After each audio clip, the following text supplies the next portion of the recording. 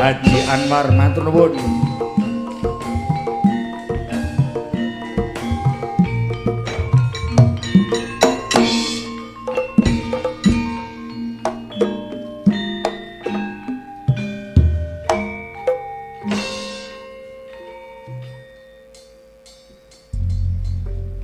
Assalamualaikum. Duh, waalaikumsalam. Get-geti kok. Nang apa sih? Langsung Itu kan tandanya semangat, Kang. Oh iya. Iya.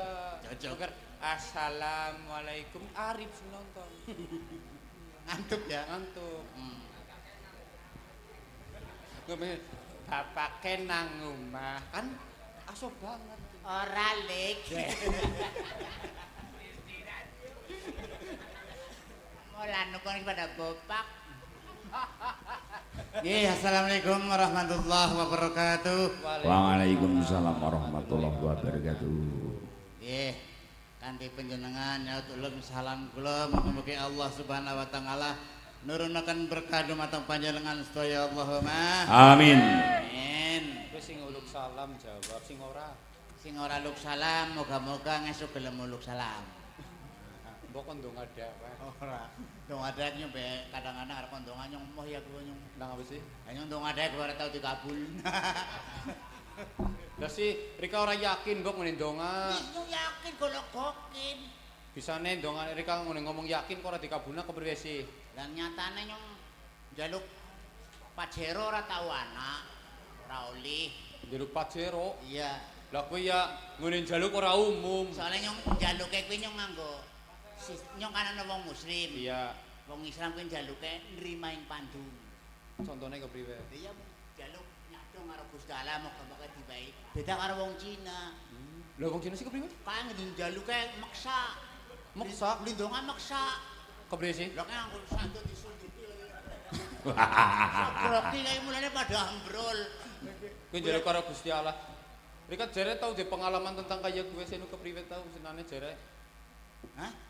Di pengalaman Lah nyong tau ndeleng kaya kuwe mulane amate wong Cina-Cina kuwi sugih-sugih. Soale lindungan kuwi meksa sih. oh dikeyak Bisa grogi. Disogrogi.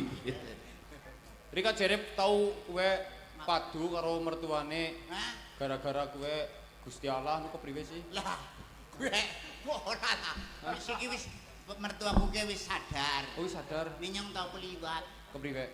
Lah nyong mertua kapan kasih manggan nom. Mertuane Rika tesi mandenom. Lah nyong tuku daster. Iya. Ujarku nggo bojoku dienggo nang ngaring mertuaku.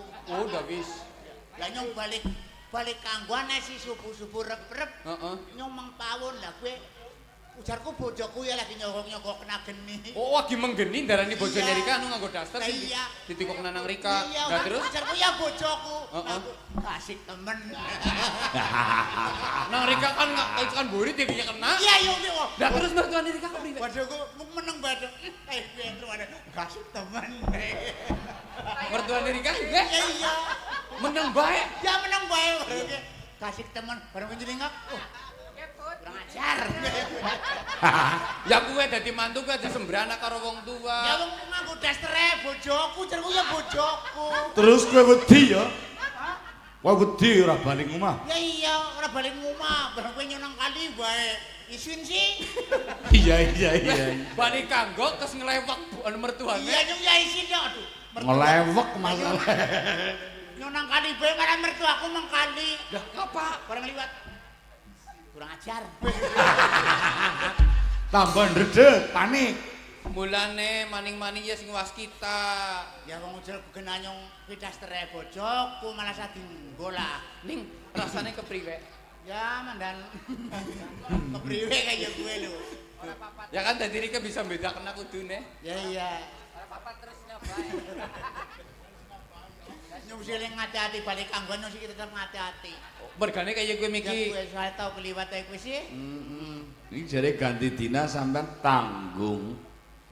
Hah? Balik ya terjadi mening ya wis kadung lah. Ning terus Rika njaluk pangapura apa ora karo Oh mertuane? iya njaluk ya. Ngene njaluk pangapura kepriwe Rika? Nyong njaluk ora tau diwehi. Soalnya malah gue kurang ajar gue lah gue.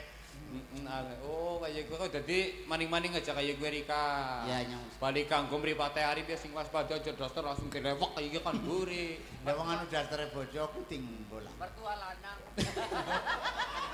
Ya ora mertua lanang lah. Ya mertua lanang ya kaya kowe. Lah kepriwe sih? Ya kowe ujar kowe lagi ngapa di asa-asa arit ya kowe. Iya. Tak lewek kang mburi ujule lato-lato. Aduh pating grandul. Wong gragas. Katanya pating grandul temen. Ora. Katok komprang. Katok komprang tapi gilan. Seprene ora gelem ngingu bebek mertuaku. Si Lah gue tau ngingu bebek ngempani bebek nganggo keong kan bilang-bilang ditutuke iki ora nyocor keong malah nyocor keong dhewek. Aduh. Lah keong mertuane Rika. Anu ndodok lengo kae khusus. Aduh. Ning nang terus ditambah kenapa ora nang Rika? Yo ora wong gial-gilo ora ngapa-ngapa. Boleh maning-maning anggere nganggo ndodok kan ngadok komprang iki. Nanti kaunge melongo. Ya kowe kena nggo pengalaman. Semaput apa malah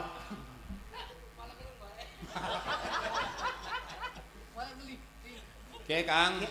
Wengi iki awake dhewe nang kene Aja muni awake dhewek. Kesirahe karo sapa? ya maksude awak iya pancen ya awake dhewe bener. karo sirahe. Nah, kayak gue jadi komplit. Maksudnya nyong karo Rika. Nah, iya nyong karo Rika.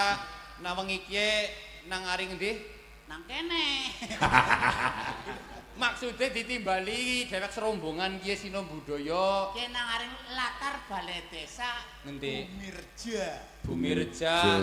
Acarane apa, Kang? Acarane wayangan. Bumi Rejo lho Kang, kudu Bumi Reja itu ya diwaca kae.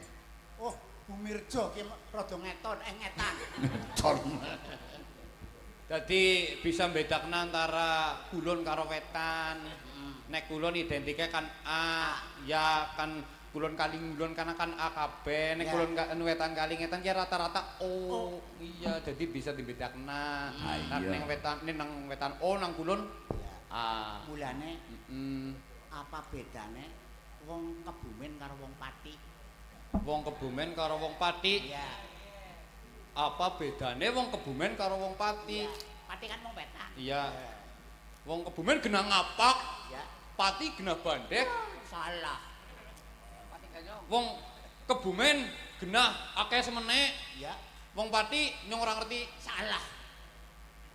Wong Kebumen akeh wedone. Ayo salah. Pacin. Pacin. Iya. Bedane apa wong Kebumen karo wong Pati? Bedane wong Kebumen karo wong Pati. Iya. Angger wong Pati nguyuh nang aring Kebumen bebas. Dibahas. Oke. Angger wong Kebumen nguyuh nang Pati domai. Kepriwe? Kepriwe? Bedane wong Kebumen karo wong Pati, angger wong Pati. nguyuh nang Kebumen bebas. Iya. Bebas. Angger wong Kebumen nguyuh nang Pati domai. Domai. Soalnya nu nggo gawe rempeyek. Asem rene. Termasuk piyayi Bumi Rejo kene ya. Iya, Ya iya, nguyu nang pati domai nang biyunge. Ma aja menjujak keonge kuwe lah. Bedane kaya gue Nah, ya. Asem lah nyong. Nyong kalah pinter nang Rika lah. ya ora. Rika ketone tamatane dhuwur banget. Nek nyong jaman biyen diweling naring ramaku. Dibeling apa? Duli ramaku kowe ora usah sekolah. Lho sih, Wong sekolah ke mburu apa? Mburu pinter, ora perlu pinter, sing penting sugih. saseh. Oke, Kang. Seneng-senenge wong tua angger anake pinter. Kowe seneng-senenge wong tua. Ini nek ramaku senenge ya wong sugih. Lah bisane. Nah, wong pinter ngapa? Wis jajeng takon. Iya. Kayak sing tukang nyongkeli ATM maring BRI kae sapa? Wong pinter apa wong bodoh?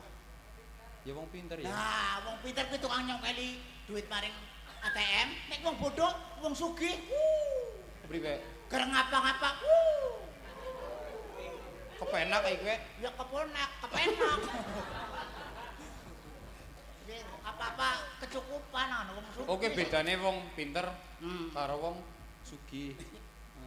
Ya kuwi mikir. Ning ora ngerti pipisi. Lho sih, Lah ora diuyuhi Mas. kok bedane karo wong Pati kan mau ya. didongaaken warga masyarakat khususnya Duku Kedung Kajang iki Kang Doyok. Oh, kowe kok Rika kok ndongaken akone Biyung Cangiko. Wis ngono, ndongaken. Kula niki berusaha mendonga nggih. Mugi-mugi Allah Subhanahu wa taala mirengaken donga kula lan ngabulaken Allahumma ya. Amin. Mugi-mugi kula dongaken warga masyarakat Kedung Kajang khususipun umumipun Bumirjo sageda ayem tentrem makmur jibar jibur loh jinawi karto turaharjo rep sirep. Rika nggone ndongakna dening kaya kiai ya. Dening kaya kiai. Jajal seumpamane sikir ndongakna ning cara MC sing tahun 80 umure. Jal kira-kira kepriye cara ngene ndongakna. Kula ndongaken mugi-mugi masyarakat. Oh, iya bener nganggo watuk barang iya.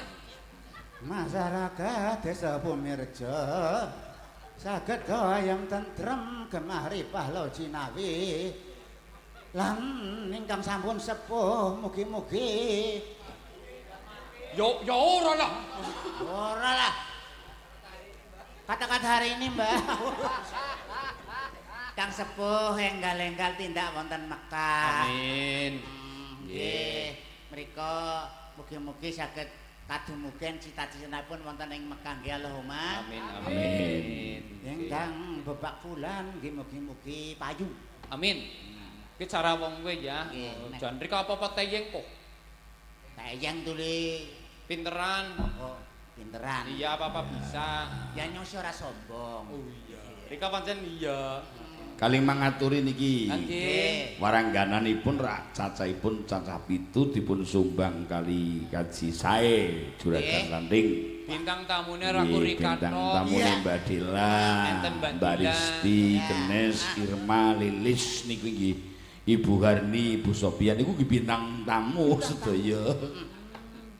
Lah prayoginipun dos pundi? Kula pasrah kali jenengan sing baku paring suka parisuka panghibur khususé Bumirjo, warga masyarakat Kedung Kajang khususé Desa Bumirjo lan sedaya para pandemen, para penonton ingkang sami rawuh dalu menika Mas Ongki. Oh nggih. Ah niki kaleres bintang tamune kan wonten kathah niki nggih. Nggih. Lah kula kan nunu tes sinom, dilala bintang tamune ya sinom maras tek pasrah narika sing wis sepuh. Nyong ngareng sing nom ki wis ora kolu. Lah sih. Wis ngono, cara asine kan cara asine. Cara udahe kan lebih Afrika. Asih tulu air susu ibu. Asih wong asin ya. Oh. Monggo Mbak Dila kepareng jumeneng monggo. Nggih, monggo Mbak Dela maning. Sapa tica Mbak Ayo, Cok. Dila saking Karanganyar kelas 2 SMP.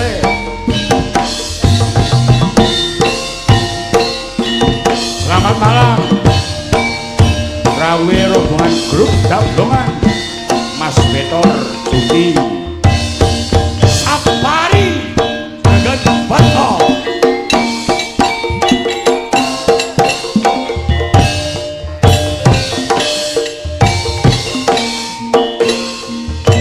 Kang Ilin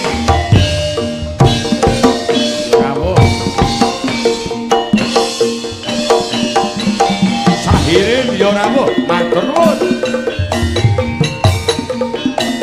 salam PWLH Mas Blidot Setiabas di lokasi memonotori Juragan Kayu